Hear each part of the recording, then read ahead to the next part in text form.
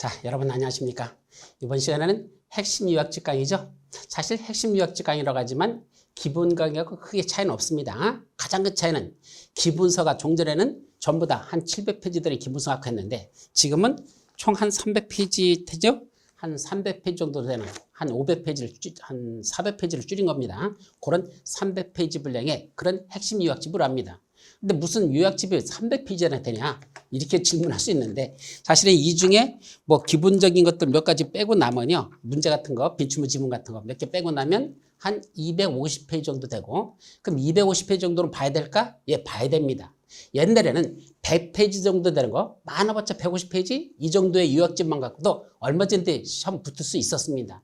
근데 요새 시험 문제는 워낙 깊이 있게 시험 문제가 들어가기 때문에 그 정도 분량만 공부해가지고는 그냥 50점 간다랑 하다가 잘못하면 40점대 내려가서 과락으로 떨어지거나 아니면 60점에서 평균에서 한두 개가 부족해서 떨어지는 그런 불상사가 발생할 수 있습니다. 그래서 여러분들이 이걸 극복하는 방법은 최소한 250페이지에서 300 페이지 정도는 이 정도의 요약은 공부를 하셔야 되지 이거보다 더 얇게 공부해가지고 어떻게 하려고 한다. 그건 유행을 바라는 거지 실력을 합격할 수 있는 건 아니라는 거. 그래서 조금 벅차더라도 이렇게 나가는 걸 먼저 말씀드립니다.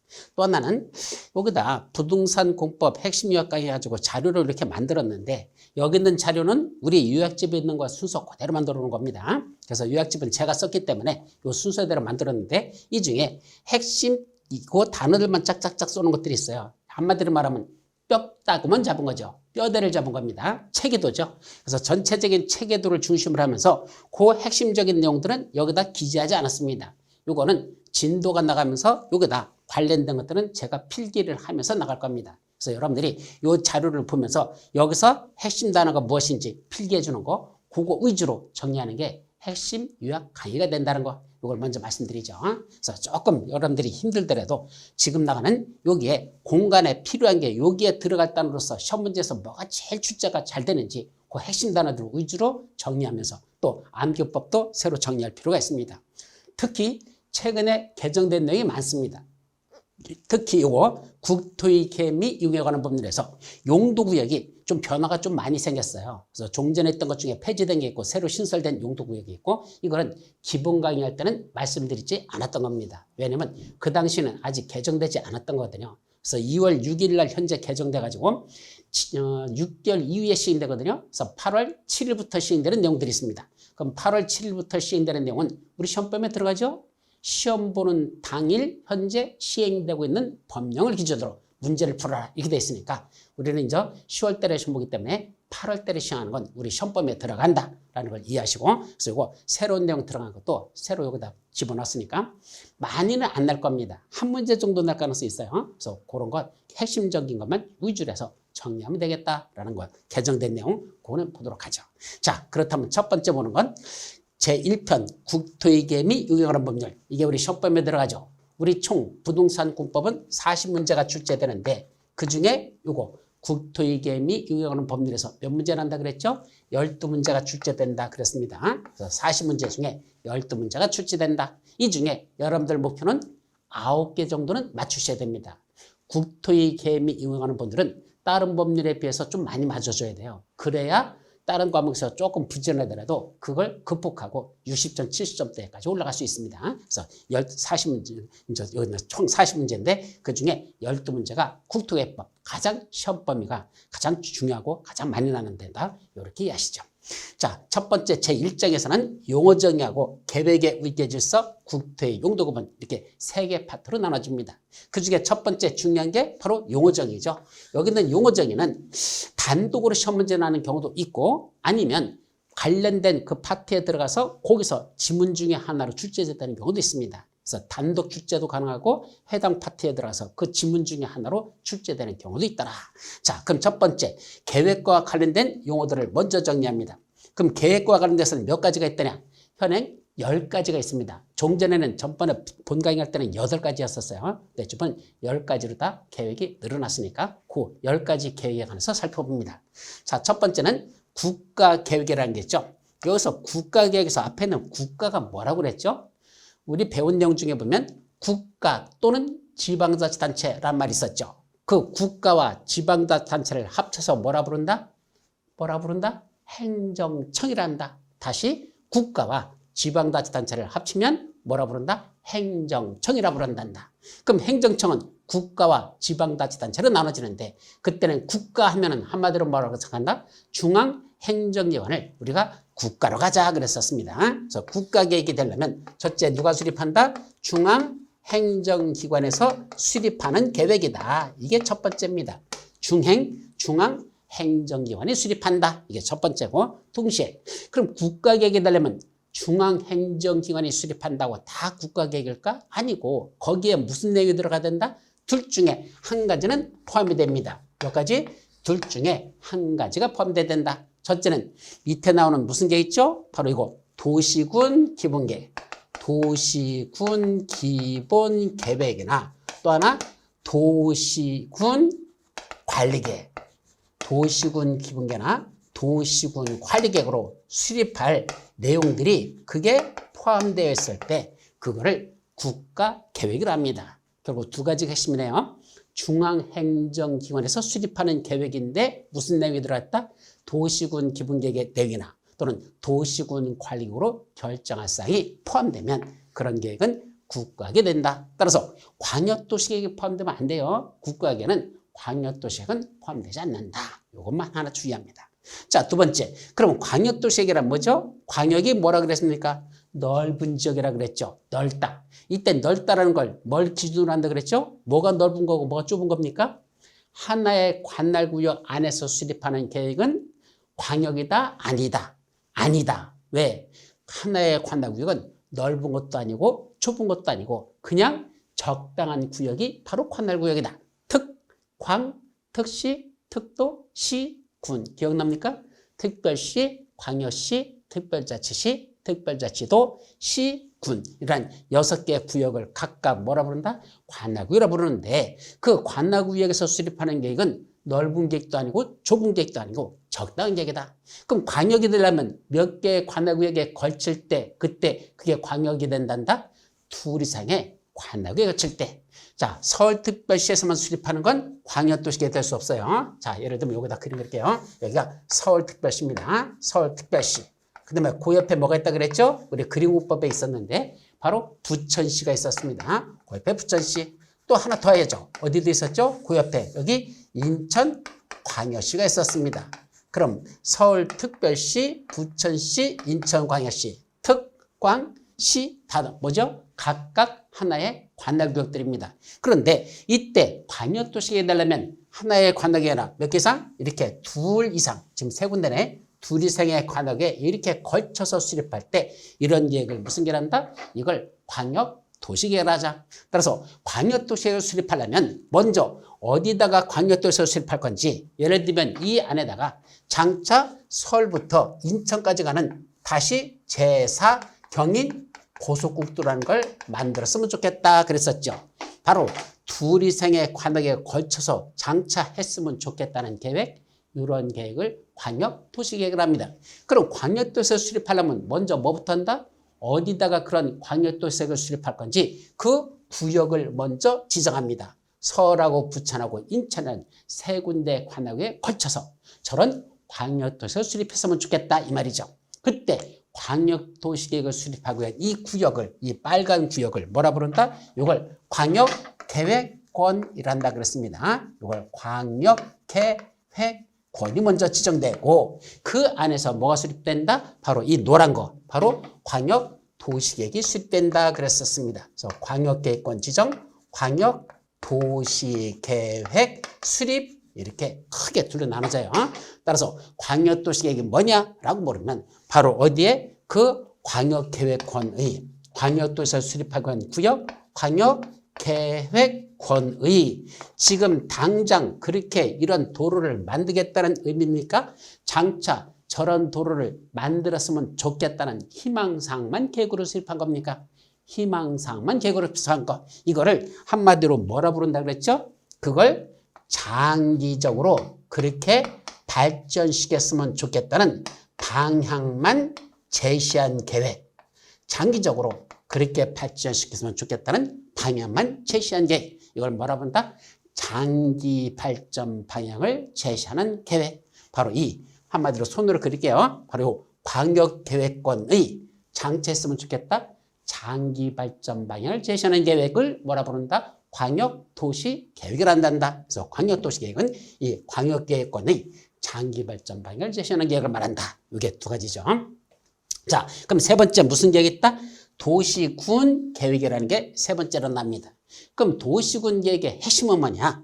광역도시계획에서 광역자가 빠진 거로 생각하면 돼요. 광역자가 빠졌습니다. 무슨 차이죠? 광역도시계획이란 두리생의 관역에 걸쳐서 넓은 지역에서 수립하는 계획. 도시군 계획은 원칙적으로 자기 관역에서 수립하는 게 원칙이라고 그랬어요. 예외는 있는데 원칙은 자기 관할 구역에서 수립하는 계획이다. 이때 자기의 관할 구역이라는 게 어디를 말한다 그랬죠? 이것 때우라 그랬어요. 좀 전에 말씀드렸는데 어디? 특별시, 광역시, 특별자치시, 특별자치도, 시, 군. 이 6군데를 우리가 뭐라 부른다?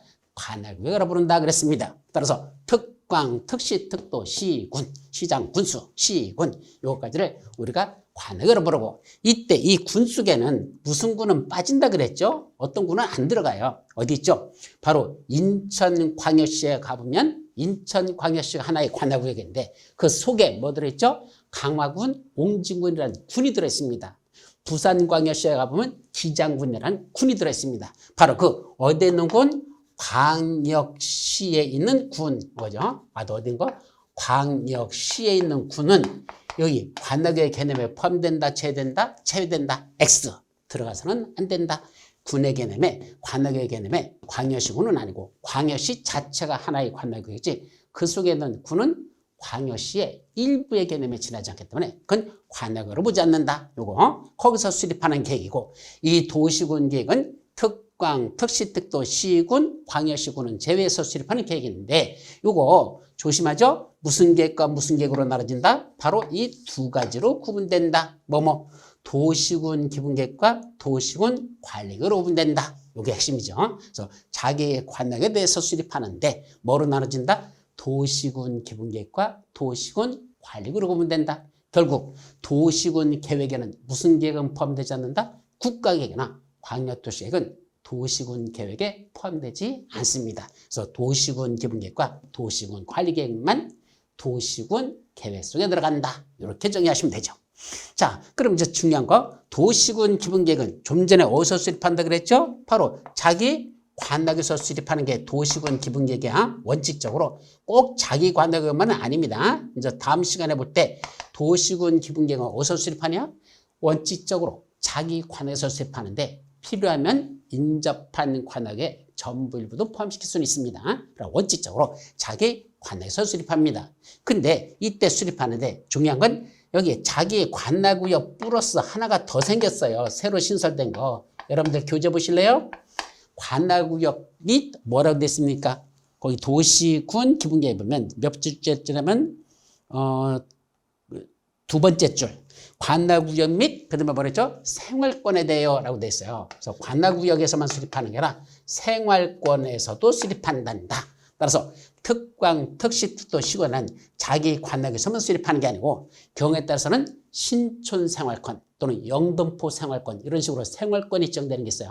그 생활권이 설정되거나 지정되는 이 생활권에서도 수립할 수 있는 게 도시군 기본계획이라고 이번에 새로 신설된 내용이 이겁니다. 사실은 자기 관역에서만 수립하는 게 아니라 도시군 기본계획은 자기 관할구역만이 아니고 생활권에서도 수립할 수 있다. 신촌 생활권 아니면 영등포 생활권 또는 저 강남 생활권 이런 지역적으로 생활권이 설정되는 지역이 있는데 거기서 수립하는 계획이 도시군 기본계획이라는 것. 그리고 마지막 도시군 기본계획에서 제일 중요한 중에 하나는 이 도시군 기본계획은 왜 수립할까요? 서울특별시의 미래종합청사진, 인천광역시의 미래종합청사진, 장차 서울특별시를 이렇게 발전시키면 좋겠다.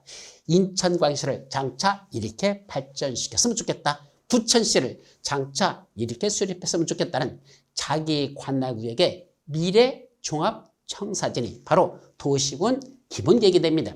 따라서 이 도시군 계획이 먼저 수립되고 나면 그 다음에 자기 관역에서 뭐 한단다? 그런 도시군 기본계획에서 이렇게 했으면 좋겠다는 희망사항을 구체화시키는 게 아, 여기를 이렇게 발전시키면 좋겠어? 그러기 위해서는 여기다 뭐라고 해야 되겠다는 구체적인 실천계획. 그게 무슨 계획이죠? 바로 도시군 관리계획. 줄여서 도시군 관리계획, 도관이라 쓸게요. 도시군 관리계획 뭐 되죠? 수립의 뭐가 된다? 지침이 되는 게 바로 도시군 기본계획은 자기 관할구역이나 생활권에서 수립하는데 도시군 관리계획 수립에 지침이 된단다. 따라서 도시군 기본계획이 먼저 수립되고 그 기본계획에서 이렇게 하자는 방향을 제시했으니까 그에 맞추어서 이제 뭐 수립된다? 바로 도시군 관리계획 수립했더니 도시군 기본계획은 관할구역 생활권에서 기본적인 공간구조와 장기발전 방향을 제시하는 종합계획으로서 기장종도 있어서 기본적인 공간구조와 장기발전 방향을 제시하는 종합계획으로서 왜 한다? 도시군 관리계획 수립에 지침이 되는 게 이것이 도시군 기본계획입니다. 자, 그럼 다섯 번째로 도시군 관리계획은 뭐 할까? 한마디로 우리 책에 보면 자기 관할구역인 특강, 특시, 특도, 시군을 어떻게 개발하고 정비하고 보존할 것이냐. 자기 관할구역의 개발, 정비, 보존 등을 위하여 토지 이용 등에 관한 다음의 계획을 말한다라고 되어 있죠. 따라서 자기 관할구역을 구체적으로 어떻게 개발하고 정비하고 보존할 것이냐. 요거와 관련된 계획인데 몇 가지만 수립한단다. 크게 머리 잡았다면 5가지만 도시군 관리계획을 수립합니다. 자, 5가지를 해서 크게. 그래서 어떻게 한다 그랬죠? 용기도 정지. 여기 용기도 정지라고 되어 있죠. 그래서 외우는 방법, 용기도 있어야 정지할 수 있다. 우리가 어떤 주식 같은 걸 투자하거나 뭘 하다가 어느 정도 손에 맞으면 손절하고 나올 줄 알아야 되는데 끝까지 못 먹어도 고고고 하다가 결국은 다 말아먹고 끝나는 사람들 있죠. 그건 중간에 수습할 수 있는 용기가 없기 때문에 그랬죠. 마약 같은 것도 그래. 한두 번 했던 사람들 좀 그만했으면 좋겠는데 못 끊어 그걸. 계속하죠. 담배도 좀 끊었으면 좋겠는데 그건 못 끊어 그냥. 그저 끝까지 가. 그건 용기가 없는 겁니다. 진짜 지난한 용기만 가지고 있다면 언제든지 그런 걸 수습하고 끊고 내가 다시 일어설 수 있거든요. 바로 용기도 있어야 그런 것들은 수습할 수도 있다. 정지할 수 있다. 이렇게 하라고 그랬죠. 용기도 정지. 이제 용이 뭐죠? 용도 지역, 또 하나 용도 지구, 또 하나 용도 구역을 어디다 지정하거나 변경하는 거. 용도 지역, 용도 지구, 용도 구역에 지정 또는 변경하는 계획은 도시군 관리를 수립한다. 두 번째, 기반 시설의 뭐 하는 거? 어디다 설치하거나 정비하거나 또는 개량하는 게 도로를 만들고 공원을 조성하거나 하기 위해서는 기반 시설을 설치하기 위한 무슨 게 도시군 관리를 수립하죠. 그래서 기반 시설의 설치 정비 개량하는 게 세 번째, 도시 개발 사업에 관한 게 일단 써놓고 시작할게요. 네 번째, 정자. 입자 넘어가자. 넘어서 무슨 사업이죠? 정비 사업에 관한 계획.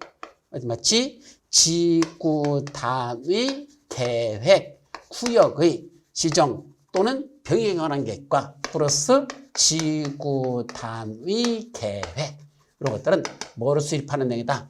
도시군 관리를 수립하는 내용이다. 그랬었습니다. 그래서 첫 번째는 요거 용도지역, 용도지구, 용도구역의 지정 또는 병행에 관한 계획, 기반시설의 설치 정비 또는 개량에 관한 계획, 또 도시개발 사업에 관한 계획, 네 번째 정비 사업에 관한 계획, 마지막 지구 단위 계획 구역의 지정 또는 변경에 관한 계획과 지구 단위 계획 반드시 외워야 됩니다. 자, 그중에 문제되는 게 뭐냐면 이 용도 구역이에요.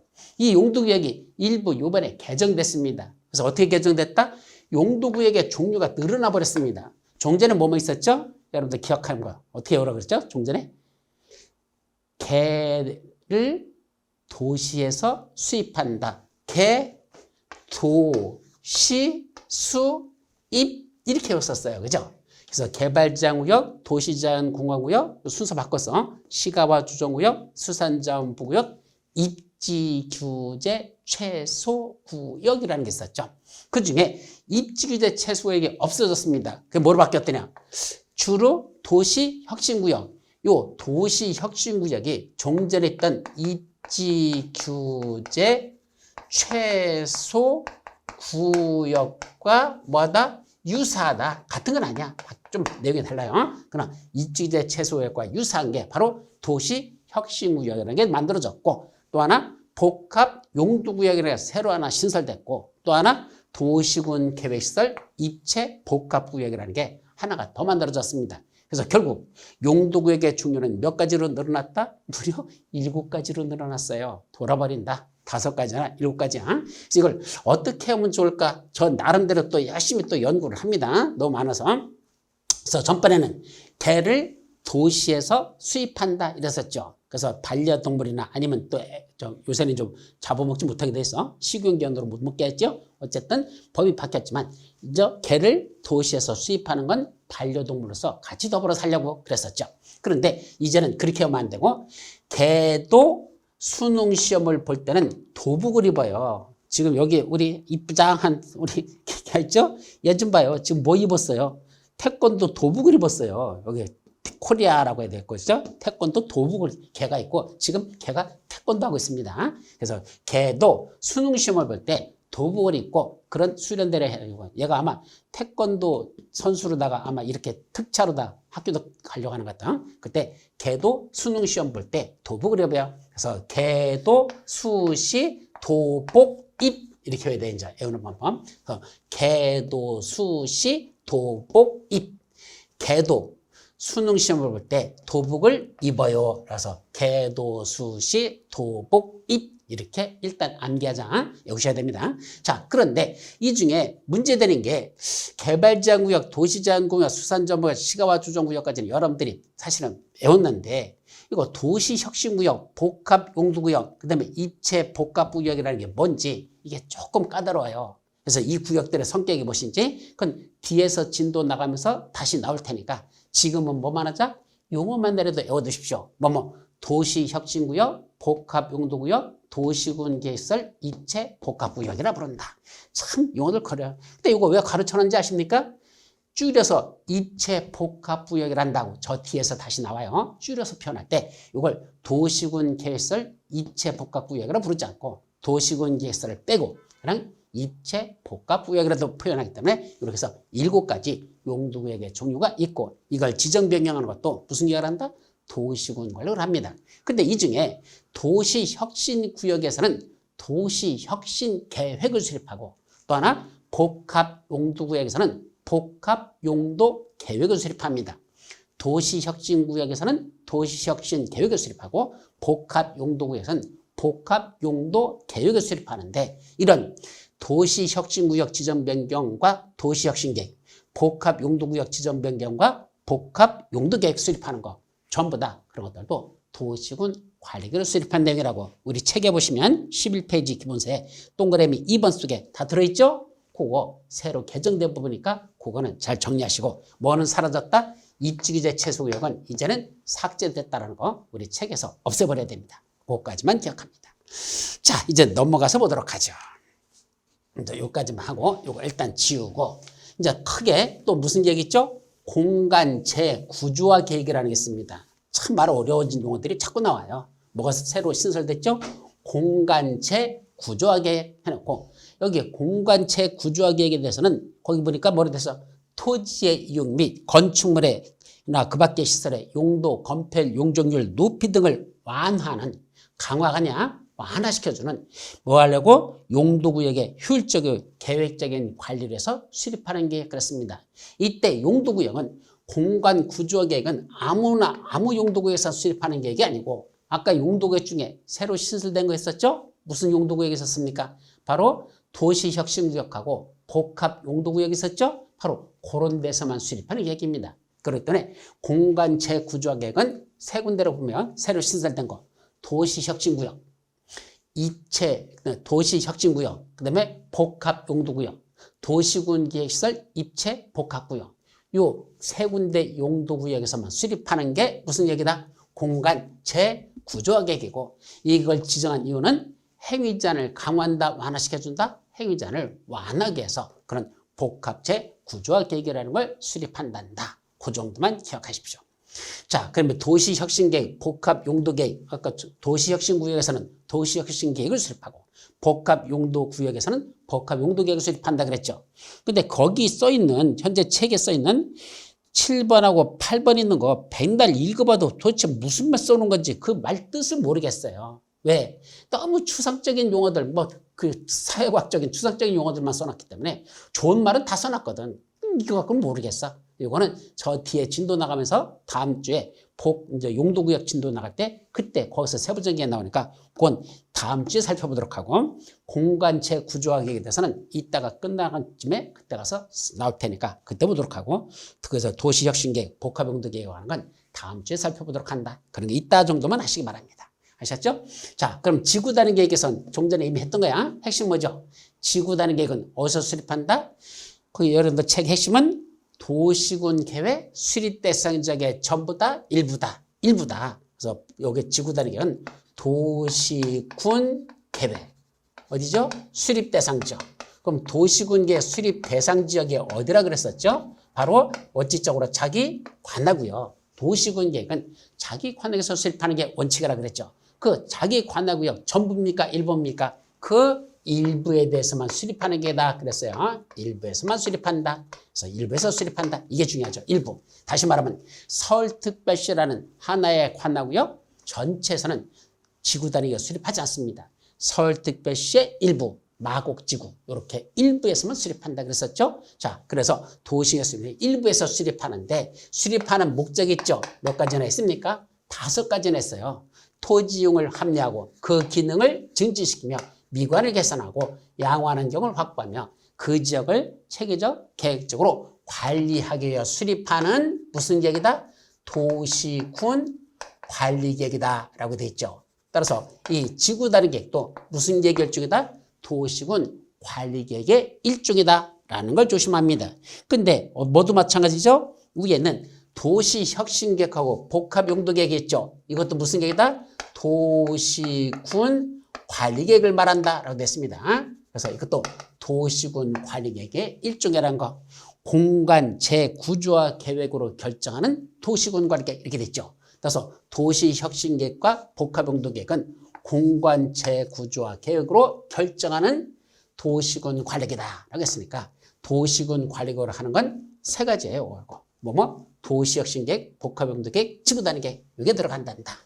그럼 이제 마지막에 나오는 요 성장관리계획은 어디서 수립하죠? 성장관리계획 구역이라는 게 먼저 지정되고 그 성장관리계획 구역 안에서 수립하는 게 성장관리계획이라고 사전에 미리 옛날에 본 강의할 때 말씀드렸고 그래서 그 책에 보시면 11페이지 맨 밑에 성장관리계획 구역에서 뭐한다? 난개발을 방지하고 어디서 수립한다고? 성장관리계획 구역 안에서 수립하는데 수립하는 목적은 2가지야. 첫째, 난개발을 방지하고 두 번째, 계획적 개발을 유도하기 위해서 난개발을 방지하고 계획적 개발을 유도하기 위해서 수립하는데 무슨 계획은 아니다? 이건 도시군 관리계획을 수립하는 게 아니라는 거. 이게 핵심이에요. 도시군 관리계획을 수립하는 내용에 들어가지 않는다. 이것이 제일 중요한 내용이 되겠습니다. 자, 이제 계획하는 거 10가지 정리 끝냈고 두 번째 뭐가 나오죠? 국토를 나누자 그랬습니다. 뭐로 나누죠? 용도지역, 용도지구, 용도구역, 세수로 나눕니다. 그럼 용도지역은 한마디로 뭐라 그랬죠? 국토 제일 밑바닥에 지정되는 게 용도지역이라 그랬어요. 그래서 국토가 이렇게 있다면 이 국토 전반적으로 이렇게 된 이 지역을 일단 뭐로 정한다? 용도지역이라는 걸 먼저 지정해 놓고 예를 들면 도시지역, 관리지역, 농림지역, 자연계 보전지역, 도시지역은 다시 제1종 전원주거지역부터 준주거지역까지 쭉 나오죠. 이렇게 용도지역을 먼저 지정해놓고 그 안에다 뭐 지정한다? 용도지구라는 걸 지정한다 그랬죠. 그래서 용도지역 안에다 용도지구를 지정하고 그 용도지역, 용도지구 위에다가 다시 뭐가 지정한다? 거기에 용도구역이라는 걸 지정한다. 이걸 원리를 이해돼요. 그래서 전 국토 제일 밑바탕에는 전 국토를 구분해가지고 무슨 용도지역, 무슨 용도지역, 무슨 용도지역 먼저 지정하고 그 용도지역에서의 제한을 강화, 완화하기 위해서 용도지역으로 지정하고 그 용도지역에서 행위 제한하는 걸 더 강화 또는 완화하기 위해서 용도구역을 지정한다 그랬었습니다. 그래서 개념 정리 보면 용도지역이란 뭐가 있죠? 토지의 이용 및 그 위에다 뭘 짓죠? 건축물의 용도, 건폐율, 용적률, 높이 등을 뭐하기 위해서 제한하기 위하여 용도지역을 지정한다. 토지의 이용 및 건축물의 용도, 건폐율, 용적률, 높이 등을 제한하기 위해서 용도지역을 지정하고 이때 용도지역 자기들끼리는 서로 용도지역과 용도지역 서로 이렇게 중복 지정된다 안 된다. 중복해서 지정할 수 없다. 중복 지정이 되지 않는 게 용도지역의 특성이다. 라고 했었죠? 이것만 또 정리합니다. 자, 두 번째. 그럼 용도지구는 왜 지정한다 그랬죠?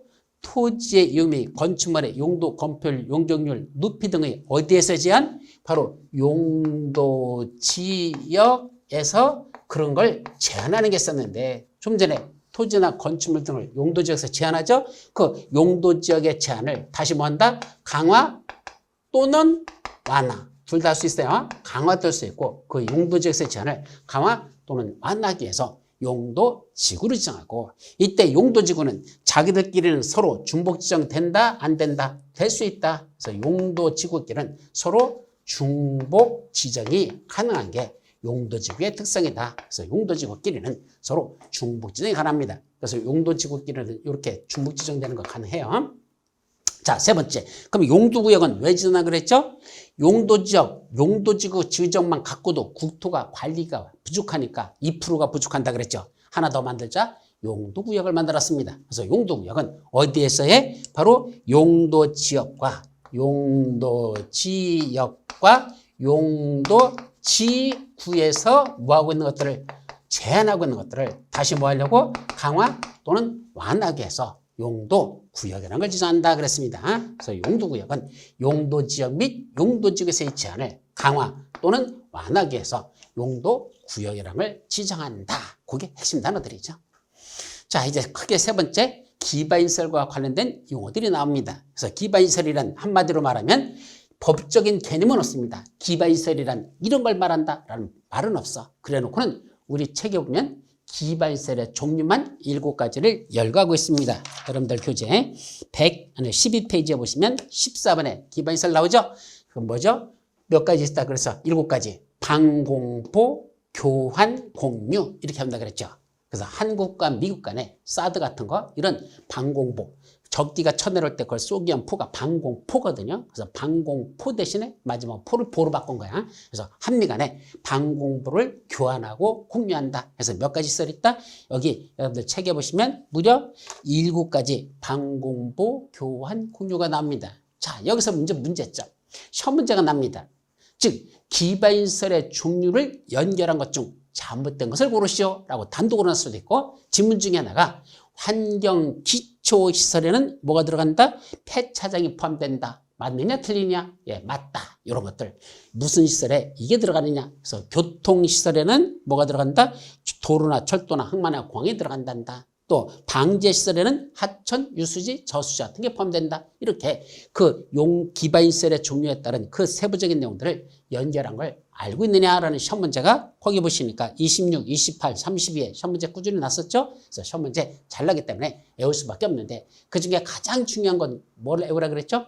환경기초시설. 몇 가지가 있다? 무려 환경기초시설에 5가지가 있어요. 그래서 외우는 방법 어떻게 하죠? 하도 패되고 수시로 패돼서 그래서 하도 패되고 수시로 패돼서 피가 빗물이 돼서 흐른다. 합패, 수패, 빛 이렇게 그랬죠. 하도 패되고 수시로 패돼서 피가 빗물이 돼서 흐르는 거. 합패, 수패, 빛. 그래서 하수도, 폐기물 처리 및 재활용시설, 수질이온 방시설, 폐차장, 빗물 저장 및 이용시설 5가지. 합패, 수패, 빛. 이건 환경 기초시설에 속한단다라는 거 외우라 그랬죠. 그 밖에 보건위생시설에 3가지가 있다 그랬죠. 보건위생시설 3번째 나와요. 장세시설, 장사시설, 도축장, 종합의료시설 3가지는 그런 보건위생시설에 속한단다 등등 나머지도 시험 문제 나는데 그 2가지는 반드시 외워두고 나머지도 추가적으로 외웠으면 좋겠다라고 말씀을 드렸었습니다.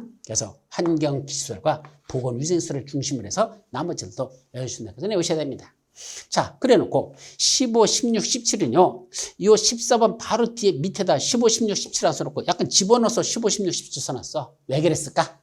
이거 내가 이거 잘못 자료 만든 걸까? 좀 여기서 밀리지 않고 거꾸로 밀려 들어왔어. 저도 나란히 14, 15, 16 쓰지 않고 15, 16, 17 밑으로 내렸어. 왜 그랬을까?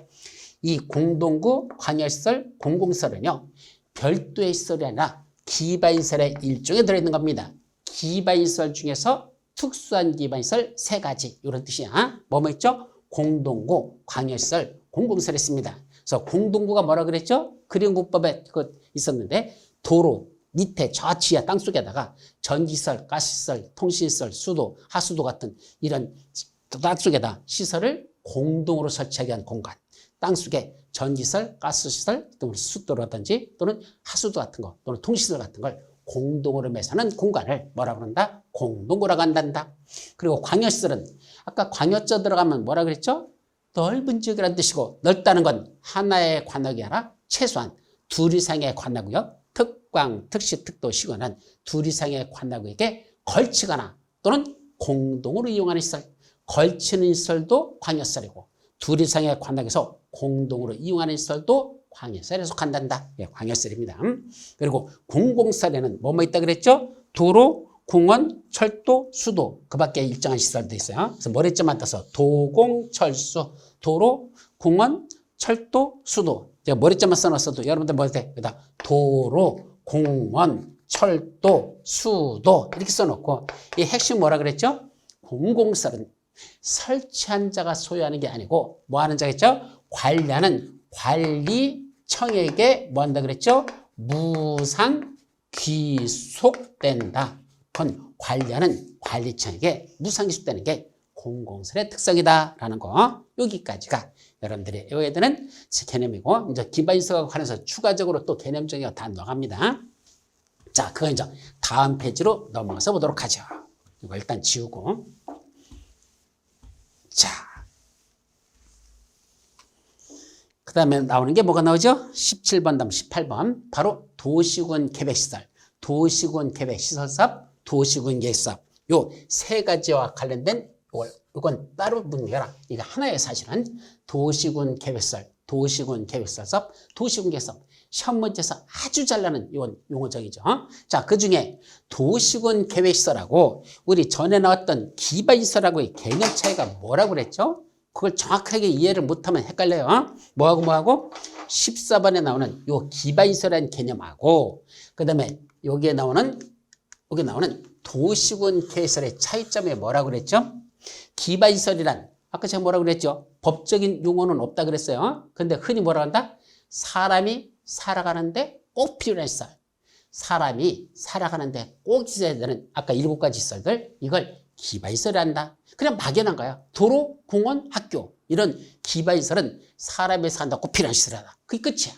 근데 그 꼭 필요한 시설을 어디다가 구체적으로 설치하기 위해서 여기다 도로 만들려고 여기다 공원 조성하려고 여기다 학교 지으려고 이게 기반시설을 설치하는 거죠. 하기 위하여 무슨 계획이 도시군 관리계획이 수립되면 도로 만들겠다는 도시군 관리계획, 공원 만들겠다는 도시군 관리계획, 학교 짓겠다는 도시군 관리계획이 수립되면 그때부터는 요 도로, 공원, 학교를 이 기반시설을 더 이상 기반시설이라 부르지 아니하고 그때부터는 그 구체화된 건 뭐라 부른다? 도시군 계획시설이란다 그랬었습니다. 따라서 기반시설과 도시군 계획시설의 차이는 뭐냐? 도시군 관리계획이 수립되면 구체화되는 거죠. 도로라는 그 막연한 걸 구체적으로 어떠한 장소에다가 그걸 설치하기 위해서 무슨 계획이? 도시군 관리계획이 결정고시 되면 여기 도로 만든다고 계획이 수립됐어? 여기 공원 조성한다고 계획이 수립됐어? 그때부터는 이걸 도로나 공원을 기반시설이라 부르지 않고 뭐라 부른다? 도시군 계획시설이란다. 이것이 핵심입니다. 따라서 도시군 계획시설이란 개념적인 게 뭐라 되죠? 기반시설 중에서 무슨 시설 중에서? 기반시설 중에서 무슨 계획으로? 도시군 관리 계획으로 결정된 시설 이렇게 돼 있죠. 도시군 관리 계획으로 결정된 시설. 그러니까 이게 또 무슨 말이야? 결국 기반시설, 도로나 공원, 학교 같은 게 기반시설이죠. 그런 것들 중에서 구체적으로 어떠한 장소에 그런 기반시설을 설치하겠다고 구체적인 게 무슨 게? 도시군 관리계획이 결정되면 그 시설을 우리가 뭐라 부른다? 그때부터는 도시군 계획 시설이라고 불러야 된다. 이랬었습니다. 그러면 도로 내겠다고 계획이 수립됐고 공원 조성했다고 계획이 수립됐죠? 그럼 계획만 수립돼 있지 아직 설치한 건 아니잖아. 실제로 도로 만들고 실제로 공원 조성하는 사업을 시행해야 되죠. 바로 그 무슨 시설을 기반시설하면 안 돼요. 도시군 계획시설 해야 되지.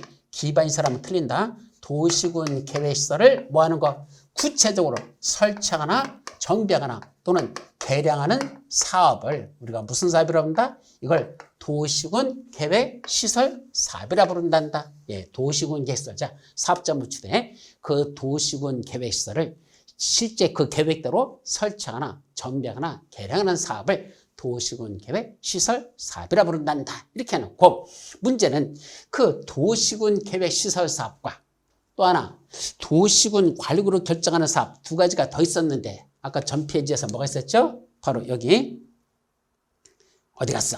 하나 더 들어가서 여기 도시군 관리 수립하는 거 용도지역, 용도지구, 용도구역 지정도 있고 기반시설 설치에 관한 것도 있었고 또 하나 있죠? 무슨 사업? 도시개발 사업 또 하나 무슨 사업? 정비사업이라는 게 있었죠. 바로 다음 페이지 요 정비사업에 관한 거 이때 세 가지 사업 무슨 사업과 무슨 사업? 자, 일로 넘어가요. 이 도시군 계획 사업이란 몇 가지? 바로 위에 있는 도시군 계획 시설 사업하고 기반시설 설치하기 위한 도시개발 사업하고 신도시 만드는 도시개발 사업하고 그 다음에 재개발 재건축하는 무슨 사업이 있었죠? 정비사업. 요 세 가지 사업을 합쳐서 우리가 뭐라 부른다? 이거를 도시군 계획 사업이라 부르고 이 도시군 계획 사업의 특성은 뭐로 다 결정한 거야? 도시군 관리구로 결정된 걸 시행하는 사업이죠. 도시군 관리구로 결정해놓고 그걸 구체적으로 시행하는 사업들.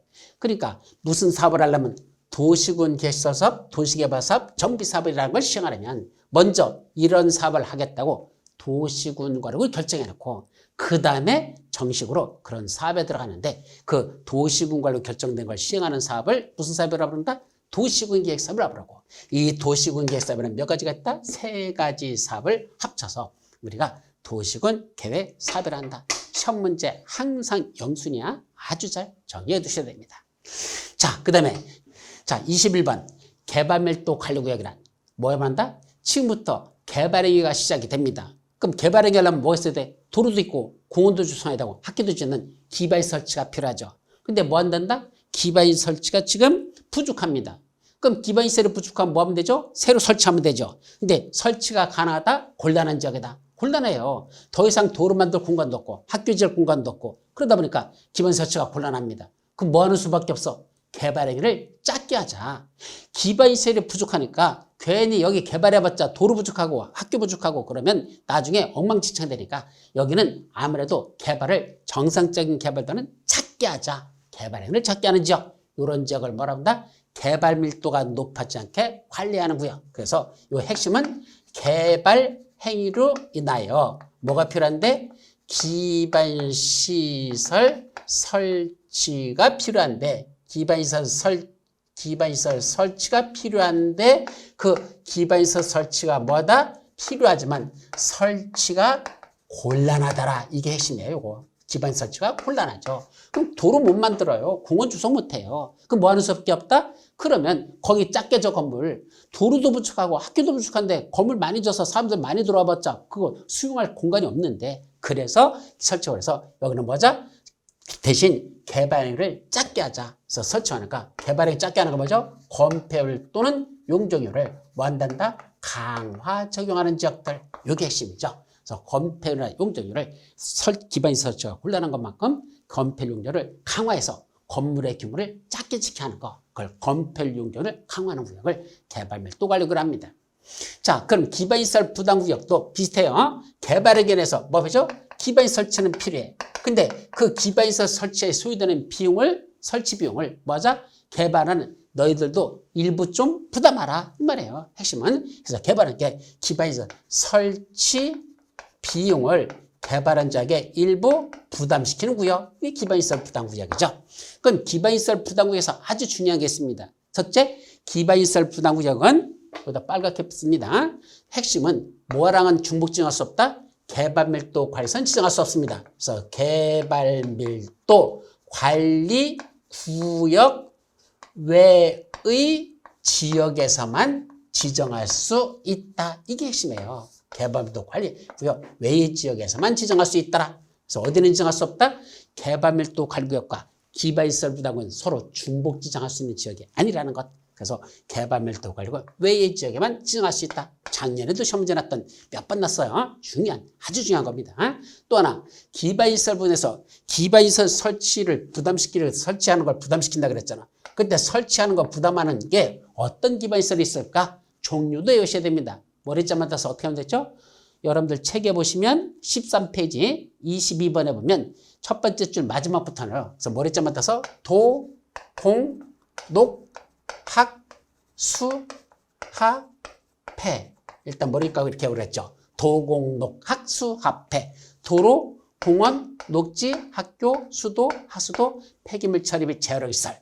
이런 건 여러분들이 부담해야 되는 기반시설이야. 부담해야 되는 기반시설의 종류가 몇 가지가 있다? 일단 7가지. 도공록학 수합폐는 기반시설 부담해서 여러분들이 부담해야 되는 기반시설의 종류다. 그 중에 학교 중에 무슨 학교는 빠진다 그랬죠? 예, 대학교는 제외된다 그랬어요. 대학교나 대학원은 대학교만이 아니야. 대학원도 이거는 여러분들이 부담해야 되는 기반시설에 포함되지 않는다. 요거죠.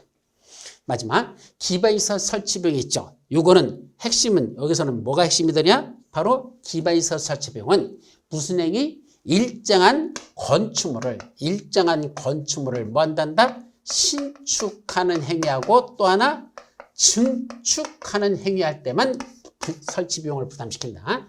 건축물을 신축하고 증축하는 행위. 개축, 재축, 대수선, 용도 변경 이런 건 부담시키잖아요. 새로 짓거나 아니면 더 크게 짓는 요 행위할 때만 요 2가지 행위하는 자에게만 기반시설 설치 비용을 부과한단다. 그래서 부과 대상 행위는 신축하고 증축 행위만 부과한다. 이게 핵심이죠. 자, 여기까지가 용어 정의 다 끝났습니다. 나머지 간단히 보죠. 계획의 위계질서는 여기 크게 2가지만 써놨어요. 계획 위계질서는 첫째, 둘째. 첫째는 무슨 계획이 수립되어 있다? 아까 광역도시계획 최상위계획 아니 국가계획의 최상위계획이죠. 자, 국가계획이 수립됐습니다. 그럼 국가계획 밑에 뭐 있었죠? 광역도시계획이 있고 광역도시 밑에 도시군 계획이 있고 이 도시군 계획은 다시 뭐로 나눠진다? 도시군 기본계획과 도시군 관리계획으로 분된다 그랬었습니다. 그럼 여기서 첫 번째 핵심은 밑에 있는 광역도시계획이나 광역도시나 이 도시군 계획은 위에 있는 무슨 계획에? 국가계획에 뭐 된다? 부합하여야 한다. 이게 핵심이죠. 밑에 있는 광역도시나 도시계획은 지상위계획인 국가계획에 부합해야 된다. 서로 다르면 국가계획의 내용이 우선한다. 자, 두 번째는 도시군 기본계획하고 요 광역도시계획 관계죠.